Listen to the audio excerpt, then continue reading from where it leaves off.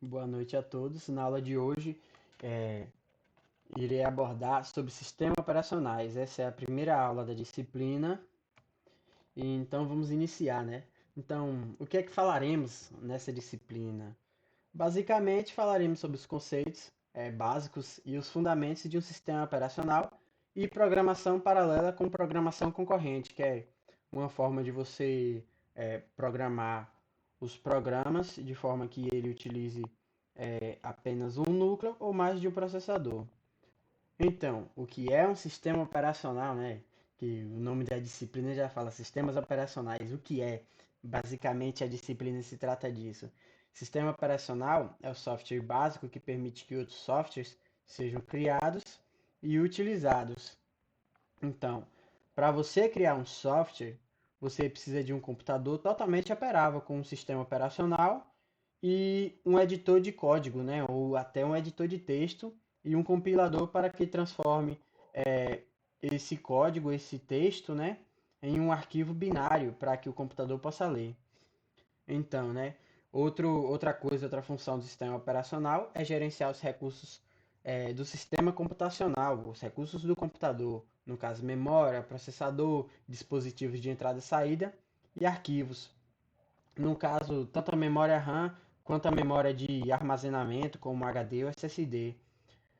Então ele vai fazer o que? Ele gerencia os recursos, vamos supor, da memória RAM.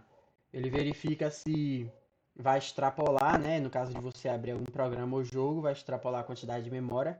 No caso de exemplo, 4 gigas. E ele vai saber onde é que ele vai alocar. Se ele vai abrir aquele arquivo e alocar todo na memória RAM, ou ele pode jogar uma parte para HD e assim que for requisitado, ele vai transferindo apenas é, aquelas informações para a memória RAM, sempre que for usado. Como é que ele gerencia, é, como não, né? Por que ele gerencia o processador, né? Ele gerencia o processador para que o computador nos dê uma impressão de uma fluidez melhor, né? Quando abrimos um programa ou outro de vez, eles estão rodando ali, né? De forma paralela. Então, como esses programas estão rodando de forma paralela, eles estão usando recursos do processador. O processador, quando ele tem apenas um núcleo a mais, ele precisa ficar escalando, né? Qual o processo vai fazer primeiro? Qual cálculo ele vai fazer primeiro? Ele vai fazer um cálculo é, referente a alguma coisa que vai aparecer na tela, ele vai fazer uma chamada de alguma coisa, ele vai, é, até no caso da entrada e saída, né, ele vai processar alguma coisa e enviar para a impressora. No caso da entrada e saída, temos impressora, temos um monitor, um mouse, um teclado, uma caixa de som, um microfone. E em relação aos arquivos, é a forma que ele gerencia o formato, né? Não sei se vocês já ouviram falar sobre FAT32, NTFS, XT, que no caso seria um formato de arquivo do Linux. Então, o sistema operacional é quem vai saber interpretar esses dados através de chamadas de funções, entre outros recursos dele. Então, por que essa disciplina é importante? Porque hoje em dia existem várias arquiteturas e sistemas operacionais diferentes. Android para smartphone tem suporte para paralelismo, então é importante aprender a programar dispositivos multicore. No caso, o que, que seria um multicore? É quando você tem mais de um núcleo no processador. No caso, o dispositivo, né, possui um processador que tem mais de um núcleo, de uma linha de processamento, porque os processadores single core é, eles têm apenas uma linha de processamento. Você coloca os processos em uma fila e ele vai executar um, vai executar o segundo, vai executar o terceiro. E em um multicore não, você tem dois, quatro, oito núcleos e cada núcleo vai ficar responsável por uma parte, o que dá mais fluidez ao nosso sistema, né? Aos aplicativos que nós usamos. Então, né? Sobre sistemas operacionais, aí falou tanto, sim, mas o qual, né? Temos o Linux, temos o macOS, temos o Unix, temos o Android e temos o Windows e temos mais outros. Basicamente aqui eu falei o nome dos mais utilizados. Primeiramente, né, o Linux é um sistema gratuito que nós podemos só baixar. É, quer dizer, gratuito em parte, né? Geralmente as distribuições do Linux são sistemas operacionais gratuitos, então só basta nós baixarmos, colocar em um CD, um pendrive e instalarmos no nosso computador, não precisamos pagar nada. É, o macOS, ele é um sistema operacional que já vem instalado nos computadores, nos notebooks, nos MacBooks e nos computadores da Apple. É, ele é um sistema, né, que você não pode colocar em um notebook comum, convencional, que ele não vai rodar. Tem gente até que conseguiu criar hacks que vão fazer rodar esse sistema operacional, mas não fica com uma fluidez bacana, porque ele foi feito especialmente para rodar naquele hardware específico, que no caso é o hardware do MacBook, criado pela própria Apple. O Unix é um sistema operacional que deu base ao Mac, né? O Mac OS é baseado em Unix e o Linux também é um sistema operacional que foi criado com base do Unix, né? Temos também o Android. O Android já foi criado com base no Linux, que é o sistema operacional que utilizamos nos nossos smartphones e até em alguns outros dispositivos, né? Tem gente que tem geladeira com Android, são diversos outros equipamentos aí, né? Muitos equipamentos de cozinha e tudo mais aí que as pessoas utilizam Android. E por final, mas não menos importante, talvez o mais utilizado de todos, o Windows. O Windows, né, ele é um sistema que é pago, ele é da Microsoft e às vezes você vai achar uma licença dele aí de R$ 200, R$ 500. Geralmente a gente usa pirata, né? Mas ele é um sistema que já vem com bastante coisa já pré-configurada. A única dor de cabeça que ele pode dar às vezes é com vulnerabilidade, se você anda baixando muito arquivo pirata no seu computador, ele pode ser que vá falhar, né? O que a gente acaba evitando fazer quando utiliza o Linux ou então o macOS, né? Que é mais difícil de você estar executando uma aplicação pirata. Então, né? Falar aqui mais um pouco sobre cada um deles. O Linux. O Linux é um termo popularmente empregado para referir-se a sistemas operacionais que utilizam o kernel Linux. O que é kernel? Kernel é núcleo. Esse kernel foi desenvolvido pelo programador finlandês Linus Torvalds, inspirado no sistema Minix. O seu código-fonte está disponível sobre a licença GPL, que no caso, né, para que qualquer pessoa o possa utilizar, estudar, modificar e distribuir livremente de acordo com os termos da licença, né?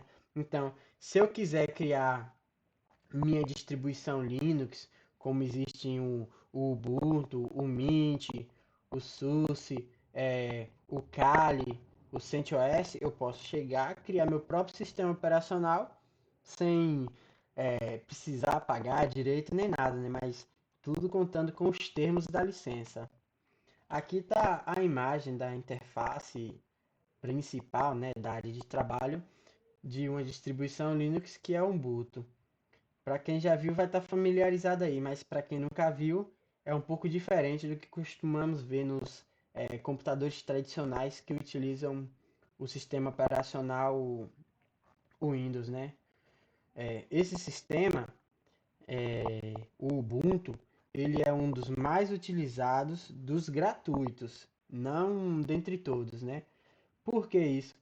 Porque ele é um que chega a ser mais fácil de você configurar, né? Praticamente configuração, se tiver, vai ser poucas em comparação com o Linux Mint ou então o CentOS que as pessoas utilizam para servidores.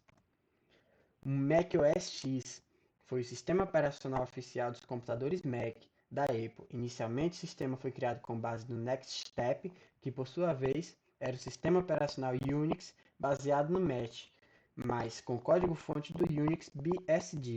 O Next Step era da companhia Next, a empresa criada por Steve Jobs, que também é fundador da Apple, né? Esse sistema foi aquele que eu falei que ele só roda no próprio MacBook ou então em um PC criado propriamente pela Apple. Aqui está a interface dele, né? bem intuitiva também, como o outro, né? Não tem segredo, as pessoas quer procurar alguma coisa, vai ali na barra de pesquisar e procura, né? Configuração, clicou ali em cima, digitou configuração, quer abrir o navegador, para quem conhece já vai diretamente, né? Ele é o terceiro ícone ali, o navegador, acho que é o Opera não, é o Safari que é o navegador padrão dele, enquanto no Windows temos o Edge, hoje em dia, que era o Internet Explorer. Tem gente que só pensa que só existe o Chrome, né? O Chrome e o Firefox. Mas no caso do Mac, né? Do macOS, utiliza o Safari. O macOS, ele tem uma grande vantagem em relação a alguns outros sistemas, né? Falar assim, todos. As pessoas que desenvolvem, né, um, um trabalho profissional preferem ele pela questão da estabilidade. Ele não é um sistema operacional que não vai travar. Ele não vai dar tela azul de erro, não vai reiniciar, não vai ter problema com a instalação de alguma coisa, porque ele é um sistema que já foi feito praticamente para aquele hardware específico, então compatibilidade dele é 100%, né? As pessoas que trabalham com música, com estúdio, com gravação, utilizam ele. As pessoas que trabalham com edição de foto preferem trabalhar com ele, edição de vídeo. Até os programadores, as pessoas que programam, preferem trabalhar porque uma das principais vantagens de se trabalhar com o Mac é que para você criar uma aplicação nativa de, de um iPhone, no caso, você precisa ter um Mac para poder depurar o código, né? Compilar e rodar, porque em um computador Windows ou Linux você não consegue emular um iPhone, você consegue emular Android, mas o iPhone você não consegue emular. Então, né, o Windows você consegue emular o Android, mas não consegue emular o iPhone. Já no Mac você consegue emular todos. Ele criou essa limitação, né, para que além de trazer uma segurança, porque o emulador já vai estar rodando diretamente num computador deles, né? As pessoas vai ser mais difícil de quebrar um código ou coisa assim, mantendo a segurança da empresa, né? O Android é um sistema operacional baseado no núcleo Linux, desenvolvido por um consórcio de desenvolvedores conhecido como Open Handle Alliance, sendo o principal colaborador o Google, a grande empresa aí, né, que domina o mundo, que domina as buscas da internet. Aqui está a interface, né, não precisava nem eu mostrar a interface da tela de um Android. Eu poderia só chegar aqui e colocar aqui que já mostraria, né? Mas todo mundo conhece. É, e eu creio que seja o sistema operacional para celular mais utilizado no mundo. E é isso aí, né? Sobre o Android. Não tem muito o que falar sobre ele, não. Todo mundo conhece. O Unix. O Unix é um sistema operacional criado por Kenneth Thompson após o projeto de sistema operacional não ter dado certo, né? Ele tinha um projeto de um sistema operacional e não deu certo. Então, o Unix foi o primeiro sistema a introduzir conceitos muito importantes para os sistemas operacionais, como suporte a multiusuários, multitarefas e portabilidade. Essa portabilidade quer dizer que ele já contém, né, os códigos genéricos necessários para que você possa instalar em um computador ou outro. Mas por que isso, né?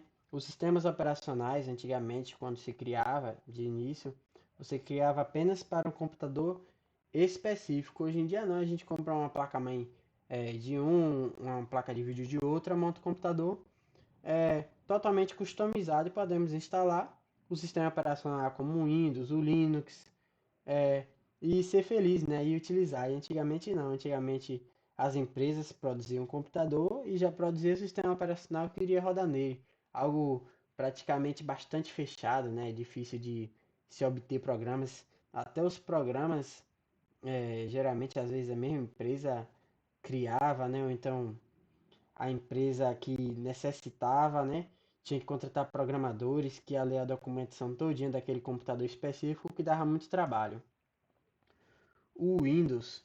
O Microsoft Windows é uma família de sistemas operacionais desenvolvida e comercializada e vendido pela Microsoft, né? Estamos na última versão dele que é o Windows 10, mas já tivemos versões aí como o Windows 3, Windows 95, Windows 98, Millennium, 2000, XP, Vista, 7, 8, 8.1, até que estamos atualmente, né?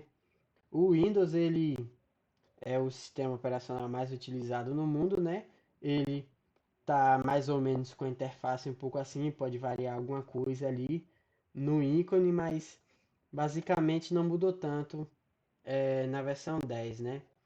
Ele existe alguns problemas, existe, né? Mas talvez o sistema operacional mais fácil de estar se utilizando, né? Com poucas configurações para fazer ou até quase nula quando você instala o CD. Você pega o CD e faz a instalação, você praticamente se ele se conectou à internet, você não precisa fazer basicamente mais nada. Então, características de um sistema operacional. O sistema operacional possui a função de fazer interface com o usuário e o gerenciamento dos recursos, né? Então, o sistema operacional ele serve, né, como uma camada intermediária. Vamos supor que aqui somos nós e aqui o hardware. Então, o que é que o sistema operacional vai fazer? Ele vai estar no meio entre a gente e vai estar é, pegando nossa solicitação, repassando para o hardware, que ele já tem a chamada genérica dele, né, que já consegue conversar com o hardware de forma rápida, né, sem história longa, né, que a gente precisaria ter, que teria que escrever muito se a gente fosse fazer alguma coisa diretamente, teria que programar muito bem e nos devolve, né, essa resposta, né? Se queremos imprimir, o que é que fazemos? Vamos direto a hardware? Não, vamos direto ao sistema operacional. O sistema operacional já tem algum comando genérico, aí clicamos em imprimir e ele vai imprimir na impressora, ele vai levar ao hardware, né, que vai levar até a impressora. Quando vamos movimentar o mouse, o ponteiro do mouse, movimentamos, o sistema operacional é, lê tudo isso e nos transmite para uma tela. Então é isso, né?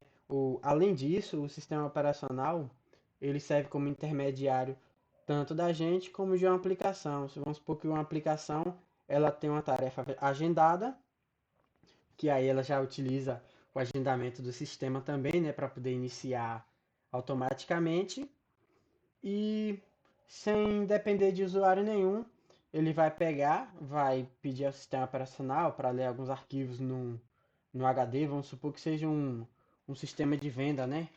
Aí ele vai fazer a leitura vamos supor, de notas fiscais, vai pegar o valor total das notas, somar e imprimir algum relatório diariamente. Então, o que é que o sistema operacional fez? Serviu como uma interface, né? Uma interface para nós conectarmos uma aplicação diretamente a hardware e vice-versa, né? O hardware também vai devolver para o sistema operacional que vai conversar de volta com a aplicação, né? Vamos supor que o hardware tenha alguma coisa embutida nela que informe algum código de erro, o sistema operacional já vai interpretar aquilo e vai nos dar de forma mastigada o resultado. É, falar aqui agora um pouco, né, sobre dispositivos com recursos escassos e com bastante recursos, né? No caso, dispositivos com recursos escassos, temos o celular e um Raspberry Pi, né, como exemplo. Por que escasso? Porque tem pouca quantidade de memória RAM, pouca quantidade de, de processamento, né, um poder de processamento menor, pouca quantidade de armazenamento. Então, isso é que seria recursos escassos. Esses dispositivos, né, como celular e essa placa Raspberry Pi, que podemos fazer uma quantidade grande de coisas nela, né? Podemos utilizar esses ports aí, criar um videogame, podemos comandar uma porta, entre outras coisas. Eles utilizam a arquitetura chamada ARM, que é para dispositivos mobile, né? Para dispositivos pequenos até a internet das coisas. Essa arquitetura ARM ela praticamente você está atrelado ao sistema operacional, porque o sistema operacional você vai ter que utilizar um sistema operacional é, já desenvolvido para essa arquitetura, então, né? O sistema operacional, vamos supor que o Windows, ele não tem arquitetura RM. Até tem, né? Mas não esse que utilizamos convencionalmente, né? A Microsoft criou um Windows com arquitetura RM. Não sei se já está rodando em produção, mas criou. Então, né? Continuando, né?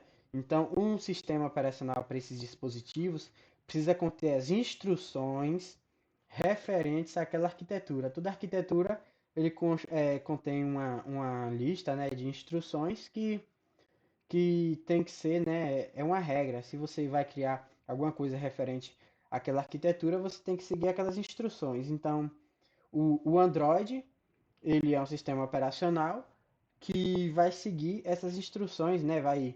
Você pode instalar em uma arquitetura ARM. Dispositivos com grandes recursos, né, como um PC gamer, um servidor, eles utilizam, né?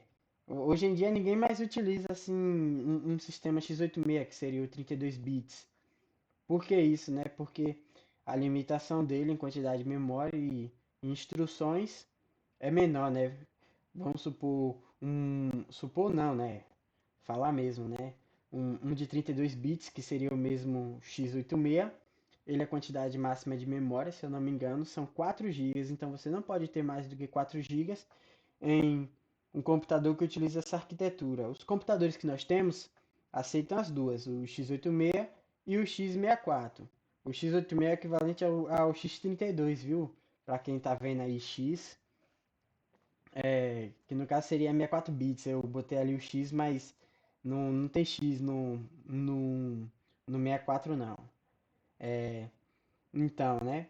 Vamos supor, quem é que quer utilizar um sistema operacional x86 para poder rodar só com 4 gigas, né? Com a limitação. Às vezes a pessoa até comprou um notebook com 4 gigas, mas provavelmente vai querer fazer um upgrade. Então você já instala o que é um sistema operacional é, que já utiliza, né, os recursos da arquitetura x64, em vez de instalar um com a x86.